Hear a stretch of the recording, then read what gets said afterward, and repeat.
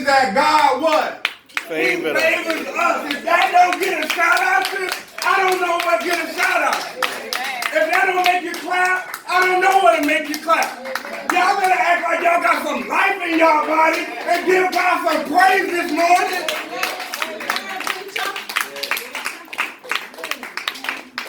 Rakaya just gave that good blessing and we just... Let's go! No, we didn't. Turn up! All right. Turn up! No, we didn't. We could contain. I couldn't contain us. Ain't no containing. Ain't no containing. I said we couldn't. All right now. We finna get jiggy in here this All morning. right now. I miss y'all. We miss you too. Join me in a word of prayer. Lord, thank you. Thank you, Lord. Yes. That's all I got. Thank you for my family. Yes. Thank you for my children. Yes. Thank you for my growth. Yes. Amen. Thank you. Thank you. Right now in this preaching moment, Lord, all I ask is that you hide me behind the cross. Yes. May the words of my mouth and the meditations of my heart be acceptable in thy sight. Amen. And just like we do, just like my dad used to do when we sat down to eat, just like we do every single time we sit down to eat. We just say my grace real quick. God is great. Yes, he is. God is good. Yes, he is. Let us thank him for our spiritual food. Yes. By his hands, we all are fed. In this moment right now, Lord, just give us our daily bread. Yes. In Jesus' name we pray. In Jesus' name. Amen. I ain't going to sit up here and talk long. Real quick, real brief. I hope y'all get the message. We good? Amen. Say we good. We good. All right.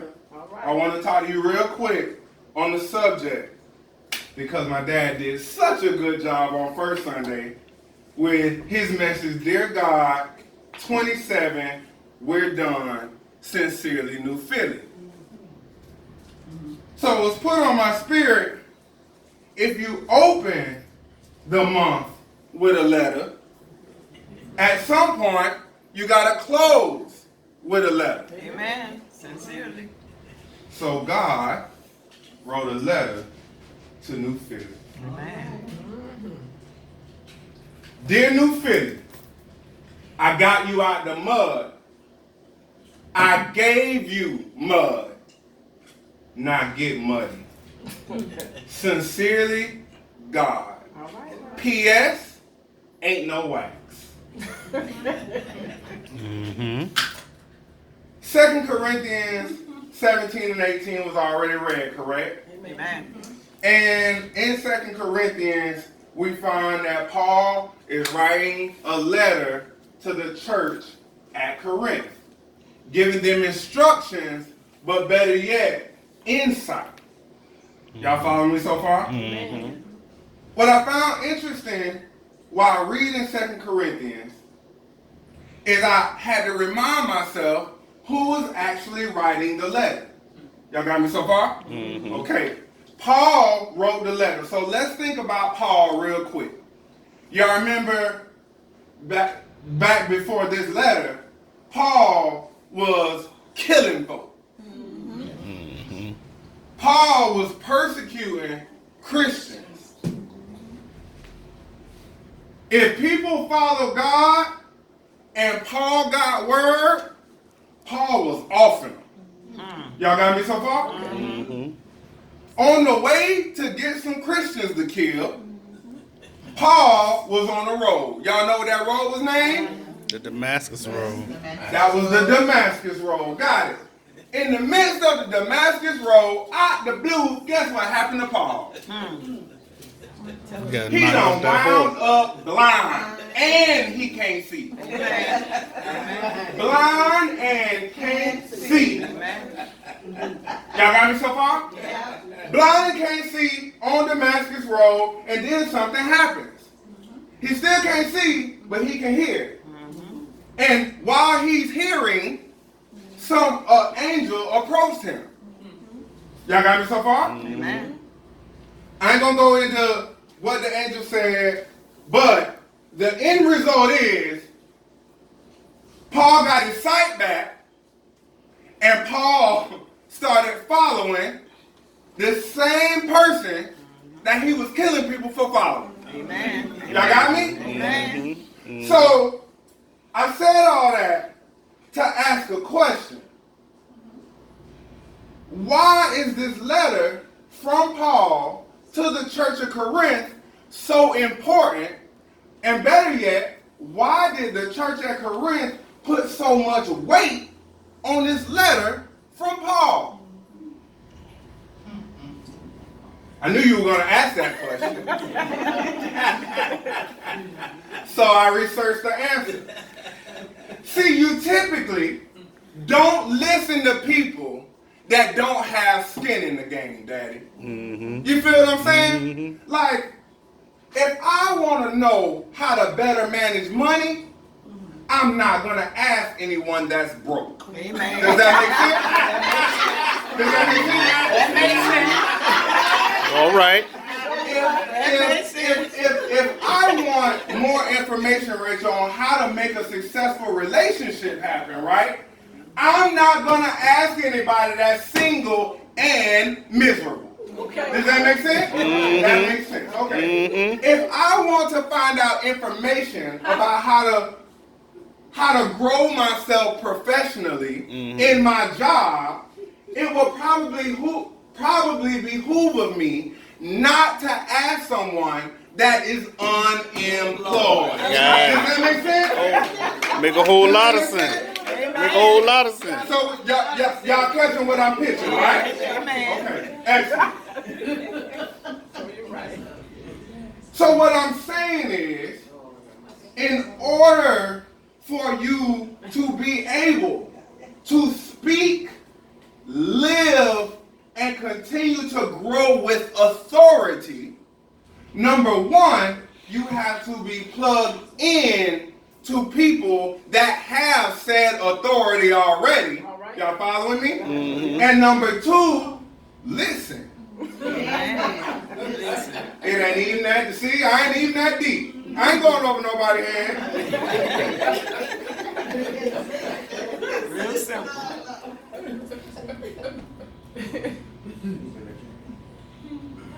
On the road to Damascus, like we just heard in the story,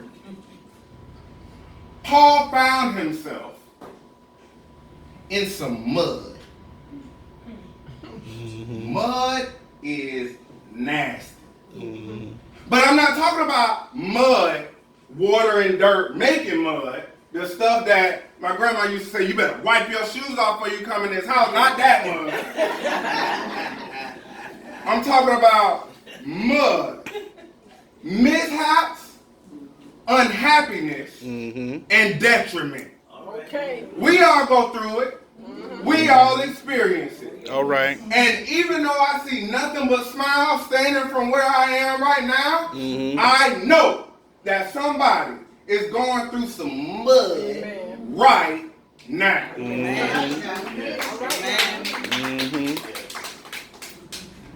We have mud in our finances. We have mud with our health. We have mud in relationships. We have mud when you done work 18 years to raise this child and they leave the house and they do everything you told them not to do. Amen. Amen. Praise God.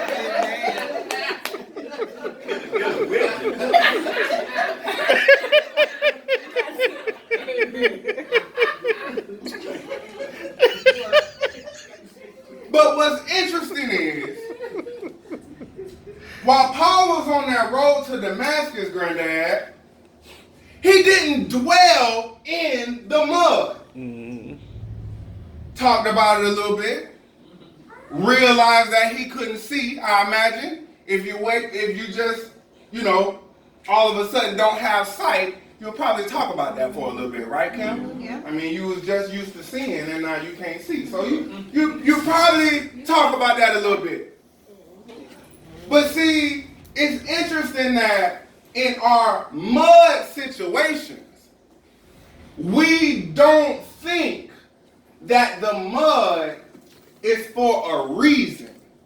Does that make sense? All we focused on is the mud. All we focus on is the fact that we're dirty. But we're not focused on what that mud could possibly lead to. Does that make sense? Y'all catching what I'm pitching? Cool. In the mud is where reconciliation happens. Does that make sense? Do we all know what reconciliation is? It's really just two things. Change and exchange. Change and exchange. The tricky part when you're in mud is understanding that there is better to be had. All right. There is a point you want to get to where there is no more mud. Y'all got me? But the reality is that even though you have mud, there's some divine mud you gotta also be in. Do y'all understand me? So when you praying for God to take you out the mud, you got to know that in order to get out the mud, you gotta experience some muddy situations. Y'all got me? That's right. Amen. See, when you pray, let me give you a better example. When you pray for patience, God don't just give you patience. He gives you situations to be patient in.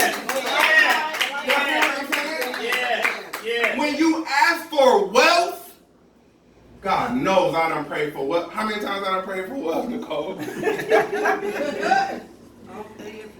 When you pray for wealth, when you pray for better finances, God don't just give you money.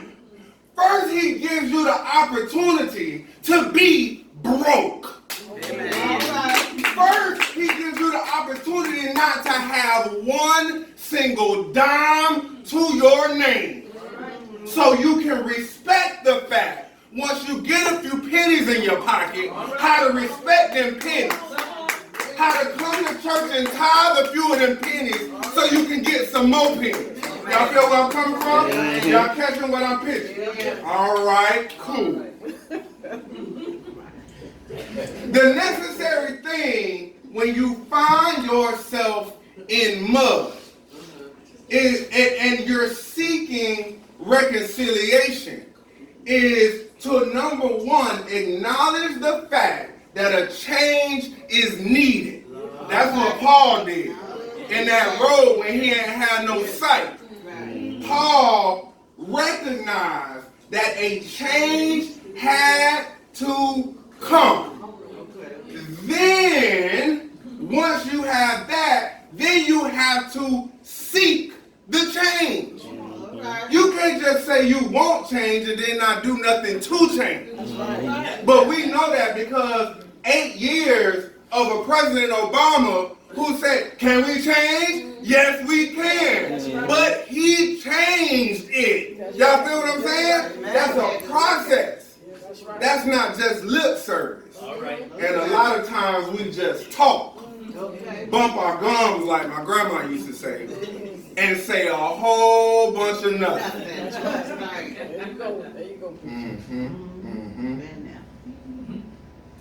To get out of your mud situation, you have to acknowledge that a change needs to be made. Seek that change, right? And then exchange your past life, your past actions, the things that you used to do in the past. You now have to exchange that for a better life. Y'all feel what I'm saying? Yep. All right. There's a pop quiz at the end of this, so I hope y'all listen. Nope. That's good.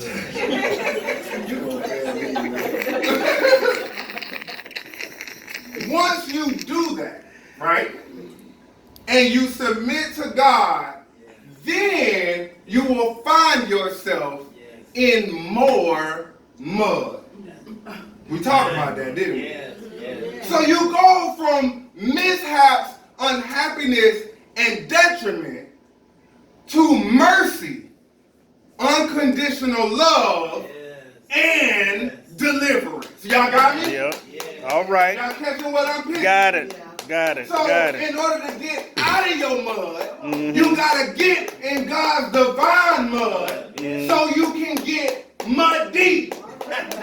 Muddy is where the work is. Y'all feel what I'm saying? Yep. So far, we talked about the circumstances that we're in, mud, M.U.D.I.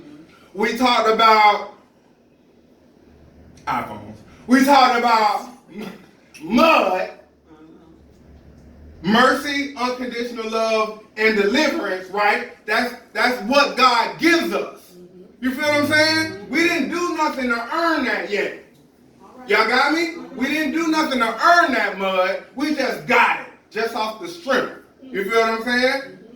Then you got to get money. Money is the relationship, not M.U.D.D.I, but M.U.D.D.I. Meditation, unconditional growth, decision, desire, and intentionality. Y'all got me? Y'all got me?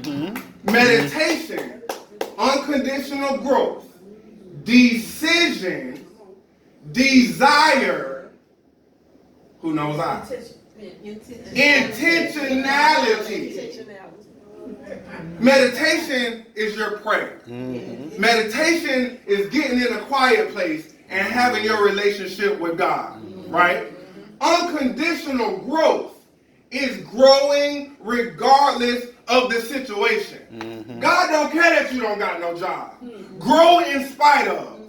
God don't care that you want to be in a relationship and you don't got nobody to love you the way you want somebody to love you. Grow in spite of. Because God loves you anyway. Y'all feel me? That's the best type of love you ever gonna have. And I would venture to say, until you accept God's love, you can't accept nobody else's love. No. That's right. Decision means to cut off from. To cut away from them that past life. To cut away from them people that try to always remind you how jacked up you used to be. That always want to remind you of the crackhead you used to be when you leading the church now. That always want to remind you when you used to cheat on everybody you dated, but now you married. That don't matter. Cut away from the foolishness. You can't properly accept God's mud until you get muddy, and muddy is your own process. Y'all feel me? Desire is constantly wanting, not feeling obligated. I would be. Some people will probably disagree with me, but I'm just gonna say this because this is what is on my heart. This is how I do it. It's no use of doing certain things if you don't have the desire to do them.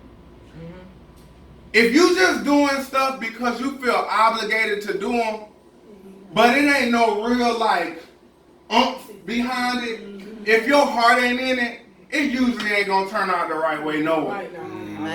Desire is important when we talk about building something like this. We, and I say we because I got to do better myself, right? I can tell the truth. Desire is being compelled to do something. Y'all feel what I'm saying? Compelled. Like Kim is compelled to love me and my brother. Compelled. And She does a great job.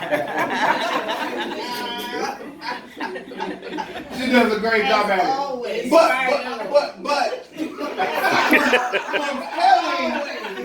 compelling is different from an obligation. You feel me? Yes. If she felt obligated to just be in our lives, it would be real dry. Yeah. We probably wouldn't break our necks to try to get to Kim. Just like we don't break our necks to try to get to Daddy.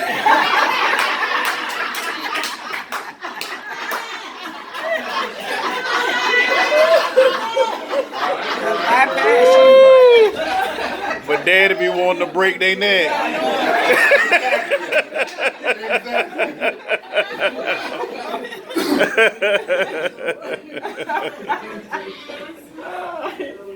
Once you get muddy is where you start to realize how good God really is. Do you understand me?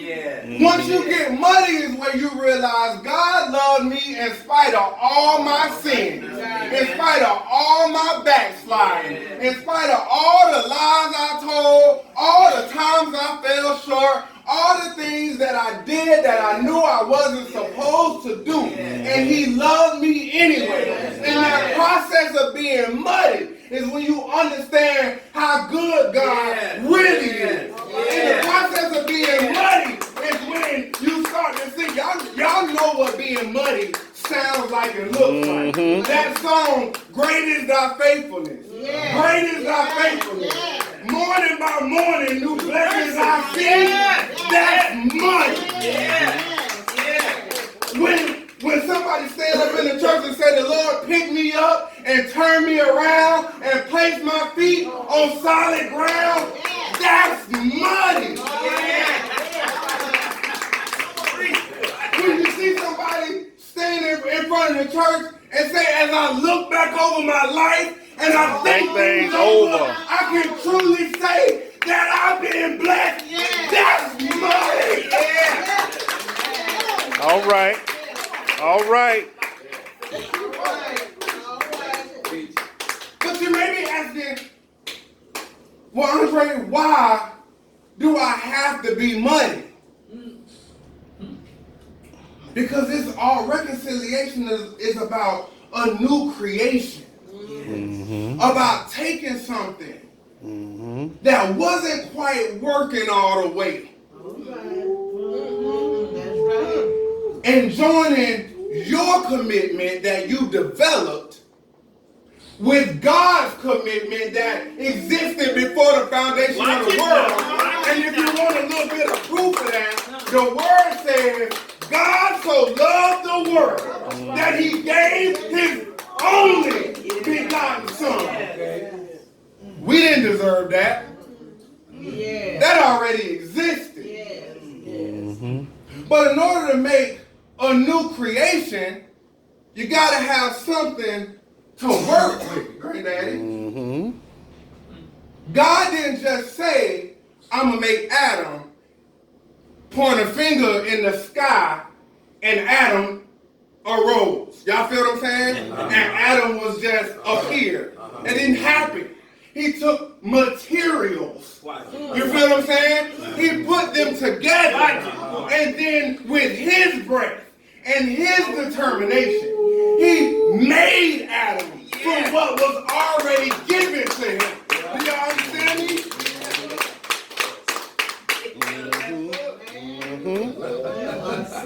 Unless you gotta understand that in order to be God's new creation, which he wants for every single one of us, we gotta number one realize that all of us are broken. All of us are downtrodden at times. All of us find ourselves stuck in some mud. But in order to get that new creation, you got to join your muddiness with God's mud in order to make a new pot or a new bowl You know, it's interesting that mud is basically clay. That's right. That's right. That's right. And clay builds pots and bowls That's right. That's and right. things with handles That's right. that you can put something in That's right. that you can then hold. All right now. What if God is creating a new us so he can put some different kind of love in there? So he can put some different kind of faith in Kim. So he can put some different kind of deliverance in Nicole. So he can put some different kind of strength in New Philadelphia. So we can make that happen. So we can put some different kind of blessings in St. Petersburg. All right.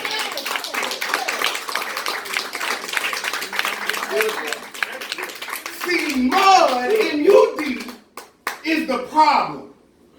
Mud, M.U.D.I, God's divine mud, is the process.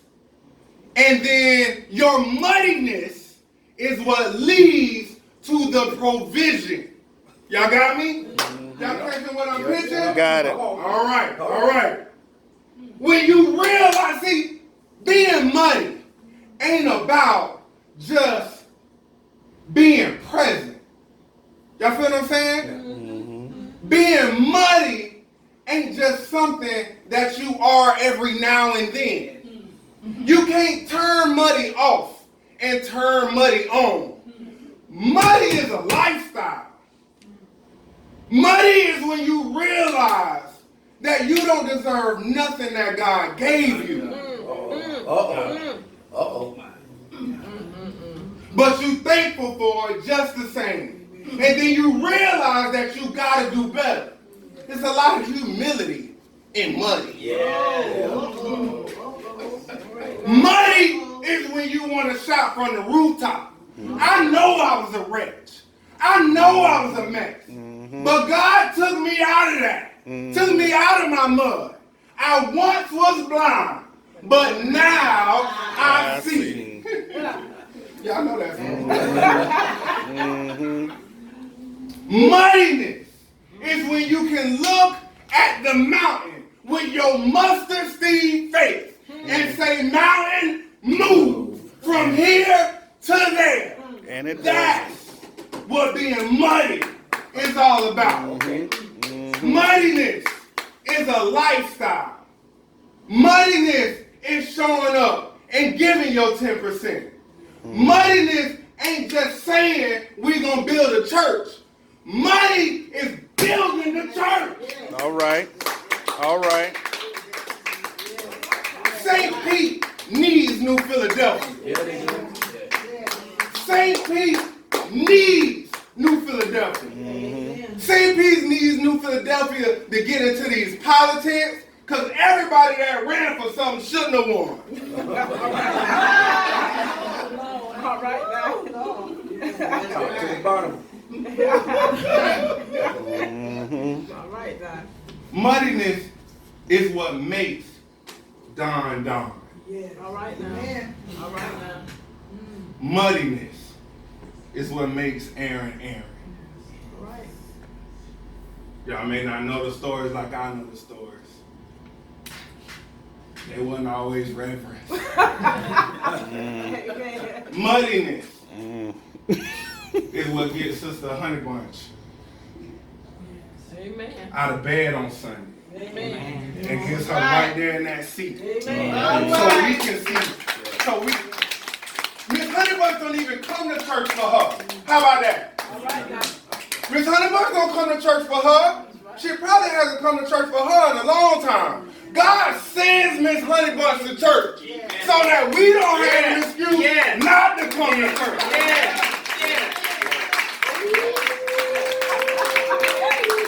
Muddiness is when Cookie sit there in that chair on Sunday, but then what y'all don't see is her sleeping on Sunday night, and in the bed on Monday, and in the bed on Tuesday. She literally has to recuperate from the effort that she puts forth in order to get here. Cookie don't come to church for Cookie. Cookie comes to church for us. Amen. All right. Amen. Amen. Amen.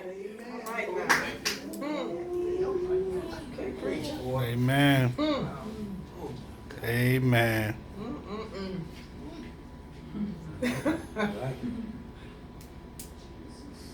There's a reason why Don Gaskin didn't preach on the church's anniversary. Amen. He don't know why he didn't. He just didn't want to preach. Yeah. Yeah. But God did that so we could all see. We all got a word, New Philly. Amen. Yeah, we need our pastor. Yeah, we need our leadership. But we all got a word. Yes. Sunita led the whole service last Sunday, and she spoke. Amen. Ain't nobody moved. Ain't nobody have to do nothing. The only thing she didn't do was take up the offering.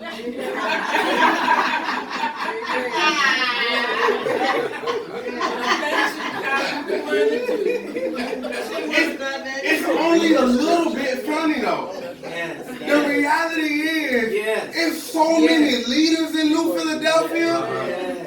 It's so much greatness in New Philadelphia. We just gotta understand that the mud don't matter.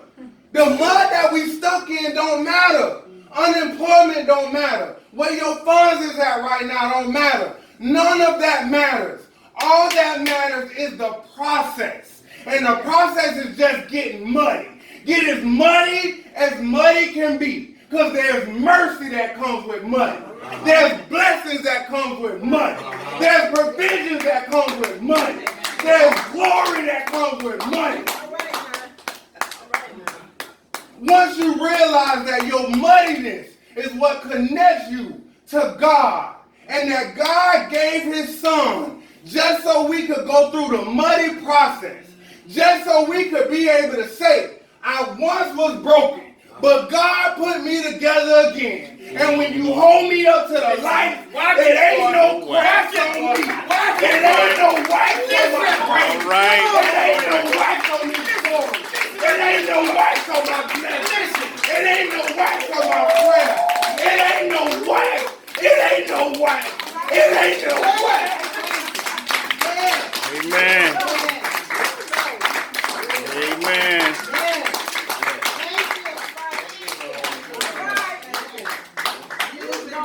God broke me so you could put me back together again. And I thank you for it, Lord. Because now I ain't fake no more. I got glory on my side. I got God on my side.